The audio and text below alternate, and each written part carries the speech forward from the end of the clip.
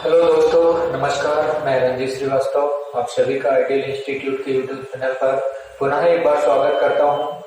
कैसे हैं आप सभी लोग? दोस्तों, आज हम लोग जो है गणित विषय का एक बहुत ही महत्वपूर्ण टॉपिक पढ़ेंगे जिसका नाम है गुणनखंडों की संख्या और योग ज्ञात करना। Find the number of factors and sum. ये बहुत ही महत्वपूर्ण टॉपिक है। आपकी परीक्षा में एक प्रश्न यहाँ से निश्चित रूप से पूछा जाएगा और बहुत ही सरल टॉपिक है ये। केवल जानकारी ना होने की वजह से आप लोग इसे परीक्षा में छोड़ के आ जाते हैं, लेकिन आज के बाद कभी भी आपका यहाँ से यदि कोई प्रश्न आता है तो छूटेगा नहीं। ये मेरा वादा है आपसे, बशर्ते आप इस टॉपिक को अच्छे से पढ़ लीजिएगा और इस लेक्चर को पूरा अटेंड करिएगा। बीच में बिल्कुल इसको छोड़ के मत जाना। यदि आप बीच में ड्रॉप कर देते हैं तो हो सकता है समझ ना आए।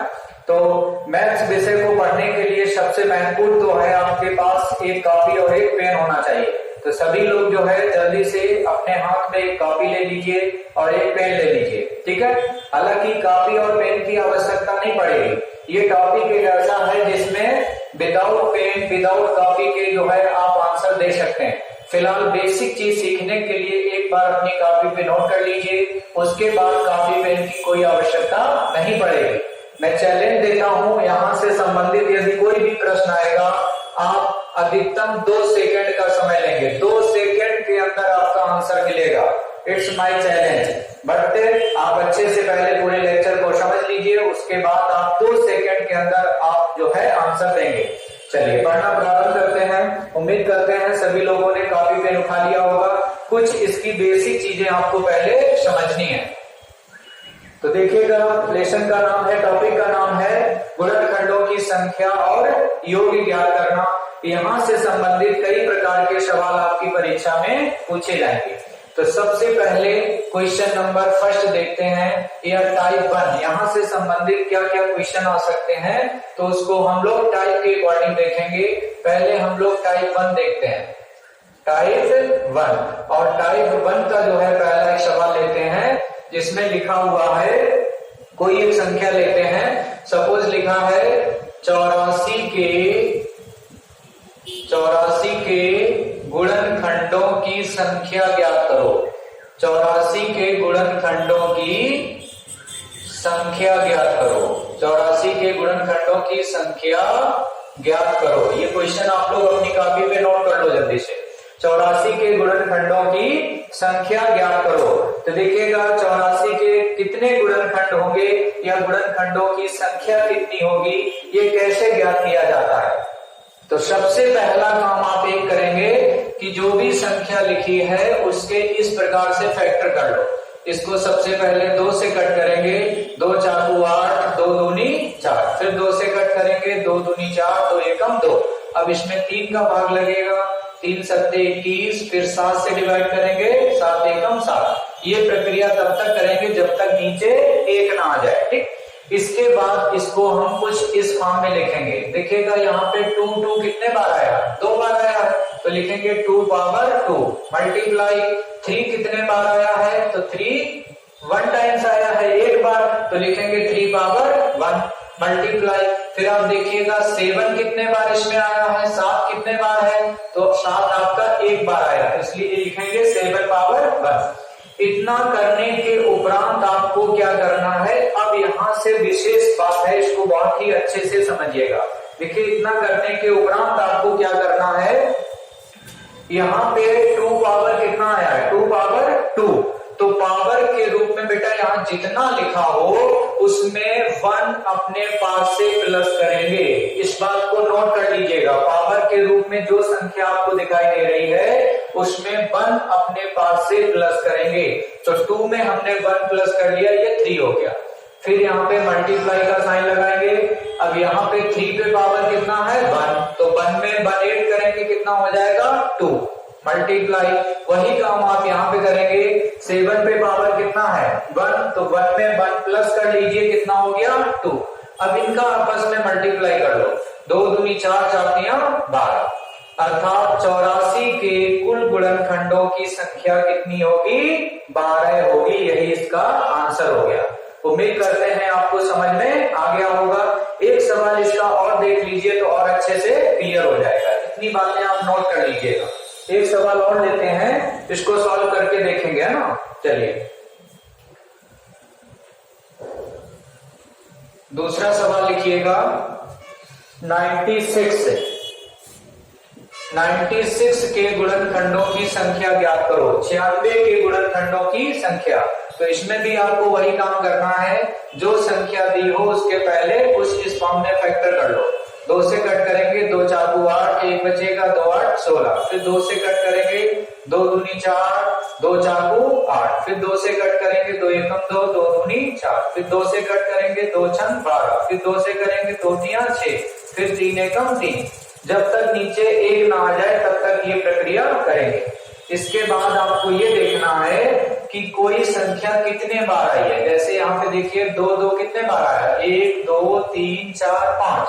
तो यहाँ पे लिखेंगे 2 पावर 5, 2 पे घात 5 लिख लेंगे। मल्टीप्लाई, अब यहाँ देखिए 3 कितने टाइम्स आया, 1 टाइम, तो लिखेंगे 3 पावर 1। इसके बाद क्या करना है, फिर से वही प्रक्रिया करना है। घात के रूप में कितना लिखा यहाँ 5, तो 5 में 1 प्लस करके लिखना है, 1 बढ़ा के लिखेंगे। 5 में 1 प्लस करेंगे कितना हो जाएगा 6। मल्टीप्लाई, 3 पे घात कितना है 1, तो 1 में 1 प्लस कर दीजिए। 1 में 1 प्लस करेंगे कितना हो जाएगा 2। आपस में इनका मल्टीप्लाई कर दो, 6 दूनी 12। अर्थात 96 के कुल गुणनखंडों की संख्या कितनी होगी, या 96 के कुल कितने गुणनखंड होंगे, तो 96 कुल 12 गुणनखंड होंगे। 96 के गुणनखंडों की कुल संख्या कितनी होगी 12। उम्मीद करते हैं कि ये बात आपको समझ में आ गई होगी। 2-3 सवाल हम आपके होमवर्क के लिए दे रहे हैं, आप लोग उनको सॉल्व करिए और कमेंट बॉक्स में उनका सबका आंसर आपको लिख के भेजना है, ठीक। जैसे एक सवाल लिखो बेटा। एक सवाल लिखा है 240 के गुणनखंडों की संख्या ज्ञात करनी है। 240 के कुल कितने गुणनखंड होंगे। इसी प्रकार से जैसे मैंने यहाँ पे 2 एग्जांपल करा दिए, आप लोग सॉल्व करके और कमेंट बॉक्स में इसका आंसर देना है, ठीक है। एक और लिखेंगे 500 के कुल कितने गुणनखंड होंगे। 500 के गुणनखंडों की संख्या कितनी होगी, इसका भी आंसर कमेंट बॉक्स में लिख के दीजिएगा सभी लोग। एक और लिख लीजिएगा 1728 के कुल कितने गुणनखंड होंगे, ठीक है। तो इन सवालों के आंसर आप लोग कमेंट बॉक्स में लिख के जरूर बताना। 2 सवाल मैंने सॉल्व करवा दिए हैं, 240, 500, 1728। इनके आंसर आप लोग निकाल के कमेंट बॉक्स में हमको जरूर बताएं कि इनका सही आंसर क्या होगा, ठीक है। चलिए अब हम लोग अगला टाइप पढ़ते हैं। दूसरा सवाल यहाँ से संबंधित क्या पूछा जाता है उसको समझते हैं। तो ये पहला टाइप हो गया गुणनखंडों की संख्या ज्ञात करने से संबंधित। अब हम लोग अगला टाइप देखेंगे और किस टाइप का सवाल यहाँ से पूछा जाएगा, ठीक है। चलो अगला देखो। अगला सवाल आएगा बेटा, जैसे लिखा था 84 के कुल गुणनखंडों की संख्या। अब हम आपसे पूछ रहे हैं 84 के समभाजकों की संख्या। 84 के समभाजकों की संख्या, यानी केवल इसमें आपको इवन फैक्टर बताने हैं। इवन फैक्टर कितने होंगे 84 के समभाजकों की संख्या। ये सवाल भी इंपॉर्टेंट है, ठीक। केवल हमें इसमें इवन फैक्टर फाइंड करने हैं। 84 के समभाजकों की संख्या कितनी होगी। तो समभाजक कैसे ज्ञात किया जाता है इसको समझिएगा। वही काम करेंगे इसमें भी। सबसे पहले जो संख्या दी गई हो उसके गुणनखंड कर लीजिएगा। तो 2 से कट करेंगे 2 4 8, 2 दूनी 4। फिर 2 से कट किया 2 दूनी 4, 2 एकम 2। अब ये 3 से कट होगा, 3 7 21, 7 एकम 4। इस प्रकार से आपने इसको फैक्टर फॉर्म में लिख लिया। अब क्या करेंगे, इसको लिखेंगे 2 2 कितने टाइम्स आया 2 टाइम्स, तो लिखेंगे 2 पावर 2। मल्टीप्लाई 3 कितने टाइम्स आया है 1 टाइम्स है, तो लिखेंगे 3 पावर 1। 7 कितने टाइम्स आया 1 टाइम, 7 पावर 1। यहाँ तक तो वही पुराना कार्य किया है जो आपने कुल गुणनखंडों की संख्या ज्ञात करने में किया था। तो इसमें भी वही काम कर लिया। अब देखो जब समभाजकों की संख्या ज्ञात करनी है, अब यहां से चीज चेंज हो जाएगी। तो इसमें क्या करना है, देखो जो भी आपके सामने पहला पद दिखाई दे, जो पहला पद है उसकी घात में आपको यहाँ पर कुछ भी प्लस नहीं करना है, सेम एज इट इज लिख दो उसको, जितना घात के रूप में लिखा है उतना लिख लीजिएगा, बस इसमें ये करना मल्टीप्लाई। अब दूसरे पद से वही पुराना काम करेंगे, घात में एक प्लस करके दूसरे पद से आपको प्लस करना है, पहले पद में घात में प्लस नहीं करना, दूसरे पद से यहाँ पे प्रारंभ किया जाएगा। तो यहाँ पे दूसरे पद में 3 पे पावर 1 लगा है, 1 में 1 8 करेंगे कितना हो जाएगा 2, यहाँ लिख दिया मैंने 2।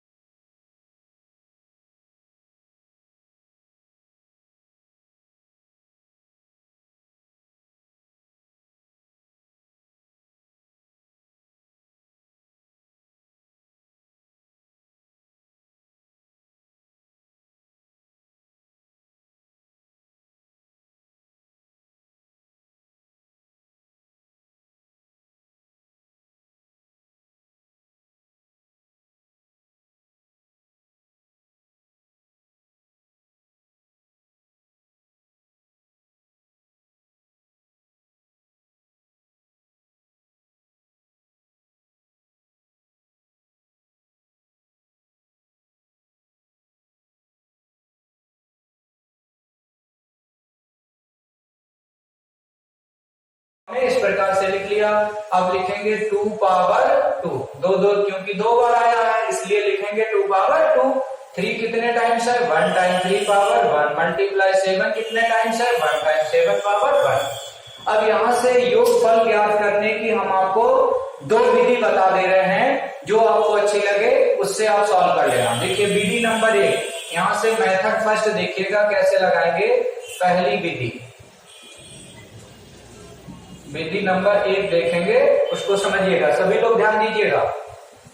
यहां पर बेटा पहली संख्या लिखी है 2 पावर 2, जो संख्या लिखी है उसके ऊपर घात चेक करना है। घात के रूप में कितना लिखा है? 2।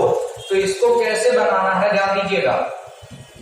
2 पावर 2 लिखा है तो आप शुरुआत करेंगे 2 पावर 0 से, तो 2 पावर 0 फिर प्लस लगाएंगे 2 पावर 1 प्लस 2 पावर 2, यानी जहां तक आपकी जो संख्या घात के रूप में लिखी है उससे पीछे वाली संख्याएं आपको लिखनी है और 0 से शुरुआत करना है। तो 2 पावर 0 फिर 2 पावर 1 फिर 2 पावर 2 तक, क्योंकि यहाँ पे 2 तक जाना था तो आपने 2 तक पहुंचा लिया इसको, ठीक। इसके बाद बीच में यहाँ चूंकि मल्टीप्लाई लगा तो मल्टीप्लाई लगा लो। सेम प्रोसेस अगले पद के लिए करो। यहाँ पे 3 पे घात कितना लिखा? 1, तो 3 पे घात 1 तक जाना है तो उससे पहले की संख्या आपको लिखनी है। तो 3 पावर 0 लिख लो, फिर 3 पावर 1 आ जाएगा, बस यहीं पे स्टॉप कर दीजिए क्योंकि 1 तक ही जाना था। इसके आगे का काम देखिए, अगला पद देखिएगा, फिर मल्टीप्लाई लगा लो। अब 7 पावर 1 है तो यहाँ पे 7 पावर 1 तक जाना है। शुरुआत कहां से करेंगे? 7 पावर 0 से। 7 पावर 0 प्लस 7 पावर 1। उम्मीद करते हैं ये बात आपको समझ में आ गई होगी। आगे देखिए बेटा, अब इसको सॉल्व कैसे करना। किसी भी संख्या पे पावर यदि 0 लगी हो तो उसकी वैल्यू सदैव 1 होती है, 1 होती है। तो 2 पावर 0 का मतलब कितना हो जाएगा? 1 प्लस यहाँ 2 पावर 1 का मतलब 2 रहेगा। 2 पावर 2 मतलब कितना? 2 पे घात 2 मतलब 2 दूनी 4, तो यहाँ लिखेंगे 4, ठीक। मल्टीप्लाई वही काम यहाँ पे करो। 3 पे घात 0 मतलब कितना हो जाएगा? 1 प्लस 3 पे घात 1 मतलब 3 रहेगा। मल्टीप्लाई यहाँ पे 7 पे घात 0 मतलब 1 प्लस 7 पे घात 1 मतलब 7 रहेगा। सॉल्व कर लो। 1 और 2 3, 3 और 4 7, इनको आपस में आपने प्लस कर लिया। 4 2 6 7, फिर मल्टीप्लाई, ये कितना हो गया? 3 और 1 4, मल्टीप्लाई 7 और 1 कितना हो गया? 8, इनका आपस में मल्टीप्लाई कर दो। ये कितना हो गया? 7 4 28, 28 में 8 का मल्टीप्लाई कर दो। तो 28 में 8 का मल्टीप्लाई करेंगे, 8 8 64, 6 कैरी 8 दूनी 16, 16 और 6 16 और 6 22, अर्थात 224। 84 के गुणनखंडों का योगफल कितना निकलेगा? 222 निकलेगा। तो ये विधि नंबर 1 हो गई। इस प्रकार से आप बना सकते हैं। इसी क्वेश्चन को सॉल्व करने की दूसरी विधि देखिएगा। इसी क्वेश्चन को सॉल्व करने की दूसरी विधि, उससे कैसे बनाएंगे देखिए। ये पहली विधि हो गई। इसी को सॉल्व करने का दूसरा तरीका भी है, उससे बना के देखिएगा। यदि वो ठीक लगे तो उसी को सीख लेना आप लोग, है ना। चलो इतना काम तो करना ही है। अब यहाँ से सेकेंड मेथड को हम लोग सॉल्व करते हैं दूसरी विधि से। तो समझिएगा दूसरी विधि से कैसे करेंगे। ये पहला पद में क्या लिखा है? 2 पे घात 2, तो ध्यान दीजिएगा मैं क्या कर रहा हूँ। बेस यानी आधार के रूप में जो लिखा है उसको एज इट इज लिखना। घात में आपको 1 प्लस करके लिखना है। तो 2 पे पावर 2 लिखा है, 2 पावर 3 कर दो, यानी घात में हमने कितना जोड़ा? 1 जोड़ दिया। जितना आपने जोड़ा है, 1 जोड़ा है तो 1 माइनस कर दो बीच में, बट उसको लिखना है, ठीक है। डिवाइड बाई, इस घात को छिपाने के बाद जो चीज यहाँ लिखी दिख रही है उसी को सेम एज इट इज नीचे लिख दो। 2 माइनस 1 दिख रहा है, 2 माइनस 1 को आपको लिखना है। ये पहले पद के लिए काम हो गया। सेम प्रक्रिया दूसरे पद के लिए करनी है। अब यहाँ पे देखिए 3 पावर कितना लिखा? 3 पावर 1, तो 3 पावर 1 में 1 प्लस करके लिखो, तो 3 पावर 2 माइनस 1 अपने पास से डिवाइड बाई घात को छिपा के जो बचा वही लिख दो, यानी 3 माइनस 1 नीचे लिख दो। मल्टीप्लाई सेम काम तीसरे पद के लिए करेंगे। तो 7 पावर 1 है, 7 पावर 2 लिख दो, माइनस 1 अपने पास से डिवाइड बाय 7 माइनस 1 नीचे लिख दो। बस इतने को सॉल्व कर लो जल्दी से। अब 2 पे घात 3 मतलब कितना हुआ? 2 दूनी 4 दूनी 8, 8 में 1 घटा दीजिए, कितना बचेगा? 7, यहाँ लिख दिया मैंने 7। 2 में से 1 घटाएंगे 1 बचेगा, मल्टीप्लाई। 3 पे घात 2 मतलब 3 3 का 9, 9 में से 1 घटा दीजिए 8 बचेगा, नीचे 3 में से 1 घटाएंगे 2 बचेगा, मल्टीप्लाई। 7 पे घात 2 मतलब 7 का वर्ग, 7 सत्ते 49, 49 में 1 घटाओ 48, नीचे कितना बचेगा, 7 में से 1 घटाएंगे 6। बस इसको सॉल्व कर लो। 6 एकम 6, 6 अट्ठे 48, 2 एकम 2, 2 चाकू 8। यहाँ पे 7 में 1 से भाग लगाएंगे कोई फर्क नहीं पड़ेगा, 7 ही रहेगा, मल्टीप्लाई। यहाँ पे 4 है, यहाँ पे मल्टीप्लाई 8, इनका आपस में गुणा कर लीजिए। तो इनका आपस में जब मल्टीप्लाई करेंगे 4 में 7 का गुणा करेंगे तो 7 चौक 28 मल्टीप्लाई 8। देखिए कहीं कहीं वहीं पे आ गए, 28 में 8 का गुणा करना पड़ा था, तो 8 8 64 और 8 दूनी 16, 16 6 कितना हो गया 22, यहाँ पे लिख दिया पूरा 22। ये आ गया आपका योगफल। तो ये दूसरी विधि से योगफल ज्ञात करने का तरीका है। अब आपको जो अच्छा लगा है उसी को आप सीख लीजिएगा, ठीक है। तो ये था आपको योगफल ज्ञात करने का तरीका, ठीक है। तो इतने टाइप के सवाल यहाँ से महत्वपूर्ण बनते थे। कोई भी संख्या दी गई है उसका योगफल ज्ञात करने को आता है, उसके गुणनखंडों की कुल संख्या ज्ञात करने को पूछी जाती है, उसके समभाजकों की संख्या पूछी जाती है, विषम भाजकों की संख्या पूछी जाती है, उसके अभाज्य गुणनखंडों की संख्या पूछी जाती है। इनसे संबंधित सभी प्रश्न मैंने सॉल्व कराने का प्रयास किया है। उम्मीद करते हैं आप लोगों को बहुत अच्छे से समझ में आ गया है, ठीक। यदि कोई चीज डाउट है तो आप कमेंट बॉक्स में लिख करके मुझे अवगत कराएं, मैं पुनः बताने का प्रयास करूंगा। यदि ये तरीका मेरा पढ़ाने का आपको अच्छा लगा है तो प्लीज हमारे इस चैनल को सब्सक्राइब जरूर कर दीजिएगा, अपने दोस्तों में शेयर कर दीजिएगा। अगली क्लास में हम लोग पुनः उपस्थित होंगे एक नए टॉपिक के साथ। धन्यवाद सभी लोगों को, थैंक यू सो मच।